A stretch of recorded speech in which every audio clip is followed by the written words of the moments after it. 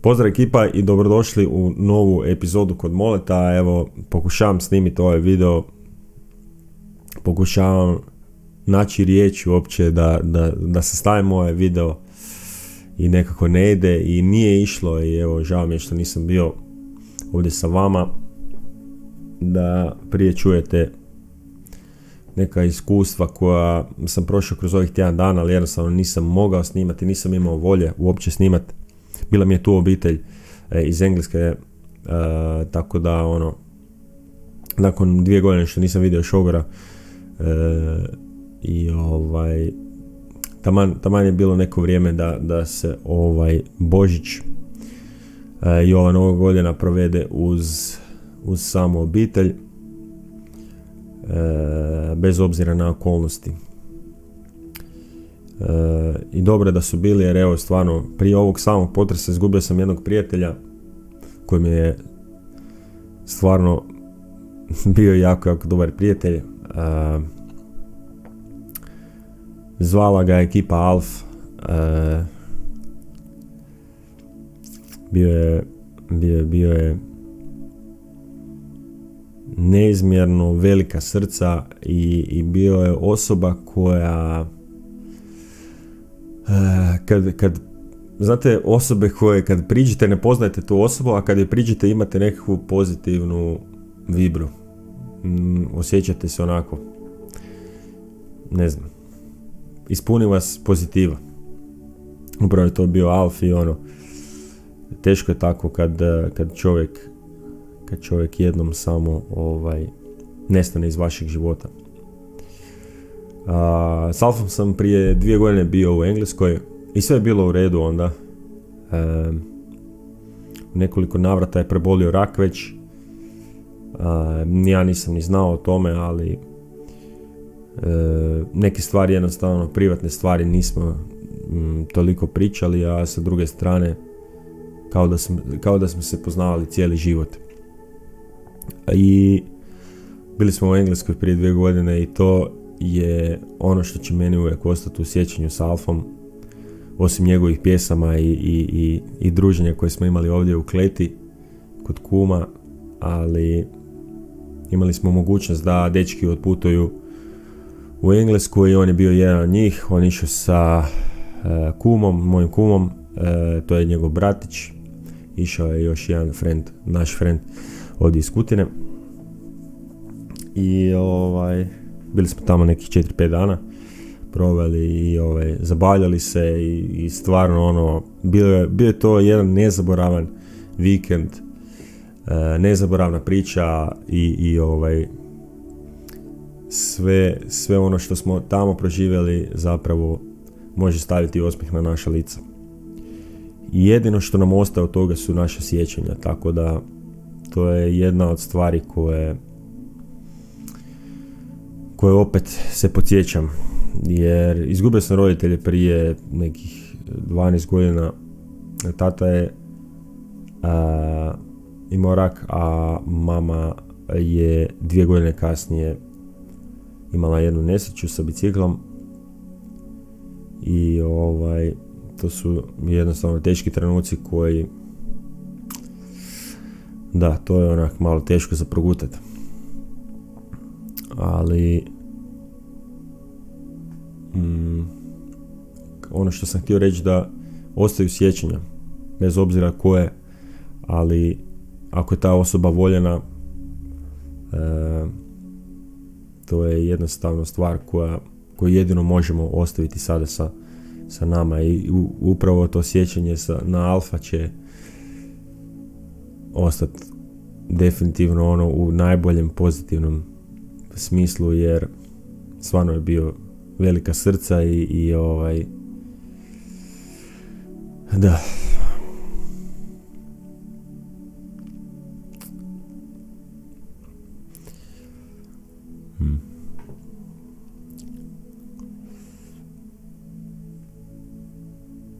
On je bio pokopan na dan kada je bio prvi potres tu u Petrinji, a taj prvi potres je bio dosta jak, iznad 5,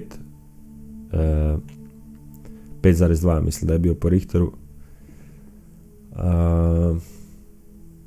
I već kako je bio onaj potres u Zagrebu u 3. mjesecu, ovo je bio onako, ne znam da li je iskreno bio jači ili slabiji u tom smislu da zbog osjećaja. Mislim da onaj u Zagrebu definitivno je bio jači, ali onda sam spavao ovdje sad kada smo osjetili isto tako je bio u 6:30 i nije baš bio ugodan osjećaj. I taj dan je baš, kao što sam rekao, Alf bio pokopan i to je vjerojatno opet jedno sjećanje koje nikad nećeš zaboraviti u svom životu. To je bio 28.12. I onda se desio taj naknadni potres, odnosno 2 su potresa bila, 20 minuta jedan od drugog koji su bili malo veći potresi, jel? I ljudi si mislili da je sve ok. Ja sam mislio da je sve ok, jer ovo je 5.2, ovo je 5.0, normalno je da se oni smanjuju, jel? Magnituda se smanjuje, tako da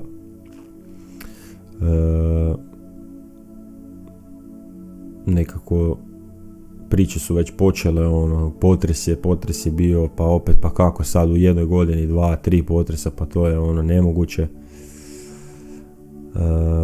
Da, ali sve je moguće, nikad ne znaš, stari moj, kad ti je kraj, kad je to što jednostavno ne znamo. I onda ovaj 3. potres koji je bio i najjači potres, inače ne znam koliko znate, ali Kutina je nekih 50 km od Kutine, od mjesta gdje ja živim. Međutim, zračna linija je naravno tu nešto manja i taj potres je baš bio užasno jak. I točno se sjećam da je prvo što mi je napalo na pamet je gdje je potres. Je li to Zagreb ili je to Petrinja? I naravno odmah otvaraš aplikaciju i gledaš što se događa. Međutim, sve su se mreže srušile. I nije bilo nisi mogao uspostaviti kontakt. Osim Whatsappa, što je dobro da je radio Whatsapp u smislu poruka, ništa od zvanja, samo poruke, jer vjerujem da su svi nahrlili, tako da su mreže pale. A mi smo baš doručkovali, to se desilo u 12 i nešto sitno, 12, nemam pojma, među 12 i pola 1, i mi smo baš tu jeli i točno se sjećamo da ja sam pohrlio, žena je pohrlila za Borom, što nije pametno. Šogi, djeca su spavala od Šogora, djeca su spavala u spavaćoj sobi, to ih je i probudilo, a Šogi je držao ormar. Međutim, ja sam valjda od panike, što isto nije dobro, izletio, ali na vrata ispod zida koji je zapravo armatura koja drži zgradu. I onda valjda od tog straha ili ne znam, od nečega, jednostavno ne mogu vam sad procijeniti koliko je to trajalo. Mnogi kažu da je užasno dugo, ja mislim da je 15 sekundi sigurno. To se čuo neki onako huk, prvo je onako bio jako velik zvuk, onako čudan zvuk, i onda je počelo trest. A što je najgore, Kutina je ja sam udaljen 2 km od Petrokemije, koja je tvornica gnojeva i tamo imaju i amonijak i svega i svačega, i misliš šta je sad bilo. Tako da 100 stvari ti pada na pamet i najgorih, ništa pozitivno. Međutim, evo sva sreća, ovdje u Kutini samo neke kuće, koliko sam vidio, da su u lošem stanju i nisu za živjet, zapravo na Gojlu, to je jako blizu Kutine, i naš stan je pretrpio ono minimalnu štetu, pukotine po zidovima kod štokova i tako dalje, ali to je najmanje ono što mislim da smo mogli preživjeti. I ono što se desilo je da su svi krenuli na ulici. To je, ja taman kako sam otvorio vrata, vidio sam da ljudi se da vrište i majka izlazi sa djecom. Neki ljudi su još uživali u svojim kavama na balkonima, u smislu, i onda su iako je bilo 12 sati u pidžamama su išli dolje. Ja inače živim na prvom katu ovdje i samo smo uzeli stvari, ostavili sve i otišli dolje, jer mislio sam da će biti još jedan naknadni potres, opet velike magnitude. I onda smo 2 sata proveli vani i to je pričao sam tamo sa ljudima, išao sam okolo po kvartu, još sam tražio od prijateljice mamu da vidim šta je sa njom. Naravno, ljudi su bili užasno u strahu, neki se nisu ni vraćali uopće, neki su krenuli odmah prema kućama.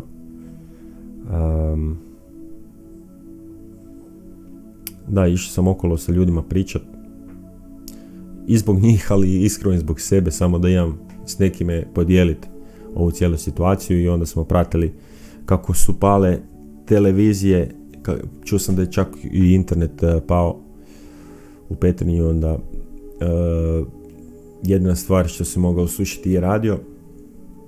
Ja sam upalio onda stream na Facebooku i bilo je tamo par stvari i onda smo tek saznali da je zapravo bio u Petrinji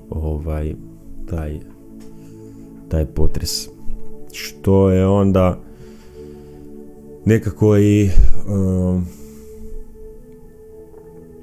kako bi to rekao, obrazložilo zašto je bio toliko snažan, odnosno zašto je toliko strašno treslo ovdje i u Kutini, ali ne samo ovdje nego u cijeloj Hrvatskoj. I javljali su mi se prijatelji, Šapa mi se javio iz Beograda, rekao da je isto osjetio lagano podretavanje tla. Čuo sam da su u Njemačkoj ljudi osjetili, Mađarska, naravno Italija. Očigledno da takav potres, iako je ta magnituda izgleda malo, ali 6,4 očigledno da. I evo, ja iskreno nisam znao, ne znaš dok ne iskusiš, a ovakvo iskustvo stvarno nikom ne bi htio, niti zaželio. To je ono, moguće su svakakve stvari, ali ovako nešto predvidjeti, to je jednostavno nemoguće.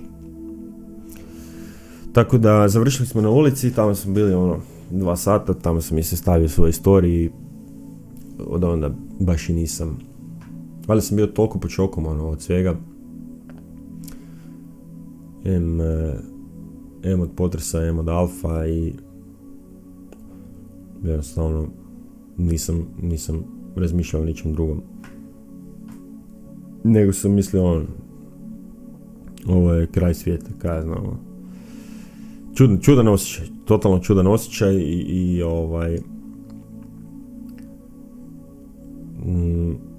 sve ono što se izdešavalo i sve ono što će se izdešavati sad, to ćemo vidjeti, jer tlo jednostavno ne prestaje podrhtavati. To su rekli, naravno da je to normala.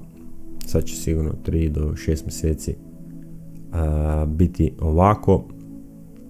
Nadam se da neće biti ništa gore i nigdje da neće biti gore od ovoga, da se možemo lagano vratiti u normalu i nekako živjeti normalnim životom, što je danas jako, jako nemoguće. I ovo vam govorim iz osnovnog iskustva, jer svako jutro jako teško ići spavati. Znači danas ako sam spavao možda sat vremena, zbog tog straha, zbog te nekakve nesigurnosti, znaš. Najlakše bi bilo da se makneš odavdje na 6 mjeseci negdje odeš i bilo bi idealka. Ali evo i ti ljudi koji su nastradali u Petrinji, isto tužna vijest i tužno stanje uopće nastradalih osoba, poginulih osoba koja je, sad ih je sveukupno 8 osoba koja je došla tamo pomoći, isto je poginula. Kada vidite te kuće, kada vidite te starije ljude, nemoćne ljude, to je nešto što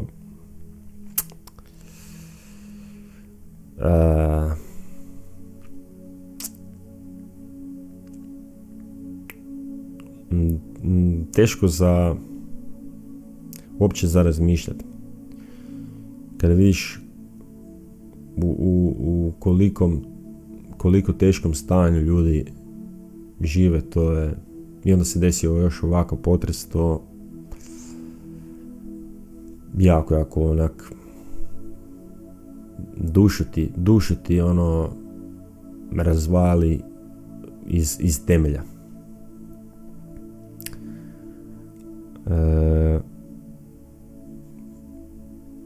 Svakako tu ono, ti ljudi koji su došli pomoć, to je prekrasna ne samo činjenica, nego jednostavno to je ljubav prema bližnjemu, prema kako god vi hoćete susjedu, prema ne znam, bilo kome. Znači ljudi su dolazili koji nisu poznali druge ljude, jednostavno su dolazili i pomagali su, i to je ono, znaš ono, kad razmišljaš jel nam ovo trebalo da ljudi dođu pomoći jedni drugima. Pomoći su dolazili iz svih strana svijeta, međutim iskreno moram priznati da je tu sustav zakazao, naš sustav je katastrofa i ove stvari, ovakve hitne intervencije, hitni slučajevi se moraju rješavati u ono, samo tak, ali naš sustav za to nije bio spreman i nažalost danas ljudi žive u takvom stanju kakvom žive. I to je žalosno. To je žalosno i nadam se da ćemo se malo pametiti, ali opet sa druge strane moramo početi od sebe, vidjeti svoje greške, vidjeti gdje ja mogu, kako ja mogu pomoći. A možemo pomoći stvarno puno. Ne govorim samo sada za ovu situaciju koja se dogodila, nego jednostavno, evo krećemo od sebe da jednostavno možeš biti, da budeš zapravo bolja osoba prema svom susjedu, prema svom prijatelju, prema svom neprijatelju, kogod on bio. Znam da to je užasno teško, ali da krenemo od sebe, neku malu stvar napraviti. Vrlo jednostavno, možda samo čak i popričati sa njima. Ništa drugo. Samo da se ti odnosi i da se ta nekakva ljudska, taj neki ljudski odnos, da se to malo vrati na neke normale. Jer ovo sad sve što gledamo jest svako je grabio svoje i sve ono što smo prošli, poslijeratno stanje, sve to dolazi sada ono kao da je potres, ne da je uništio neke stvari, nego je uzdignuo zapravo na svjetlo i sada ljudi trebaju vidjeti u kakvim, ispričavam se, ali govnima ako smo mi živjeli, odnosno ti ljudi su živjeli.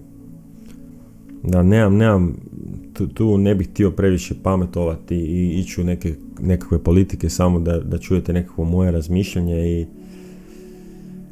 ono što vam mogu reći je da još uvijek živim u tom strahu koji je ono, svaki dan se budiš misliš gledao potres, sjedneš, gledaš TV, gledaš neki film, znači od kak ti srce kuca misliš da je potres. Ili ne znam, ono, ne možeš se opustiti na 5 minuta jednostavno. Iako su mali potresi, ali nebitno, to toliko djeluje na nas, na mene užasno djeluje. Moja žena nije mogla vjerati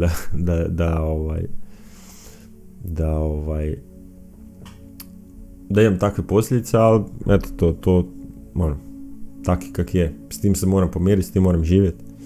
I to je sad tako kako je.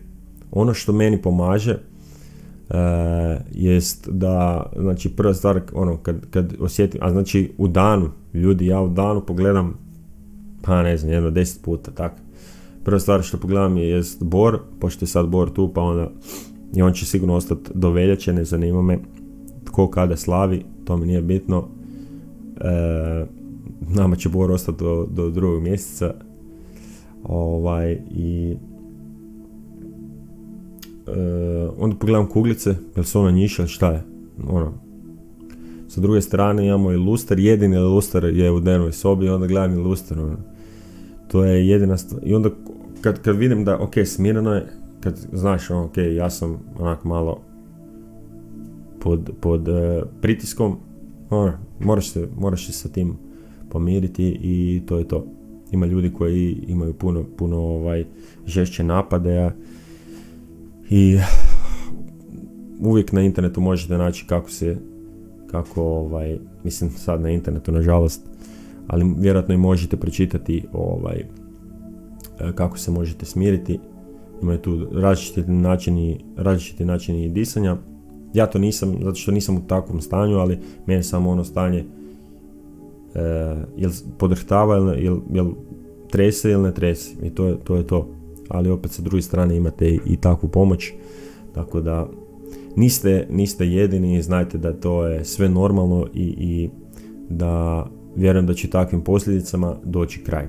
Počeš i od sebe, jel? Tako da, eto, nemam ništa pametnijeg za reći, osim da budite hrabri i čuvajte jedni druge, ono. Nismo ovdje definitivno sami da bi držali monolog kao što sam ga ja sad držao, ali odite među ljude i pričajte sa njima,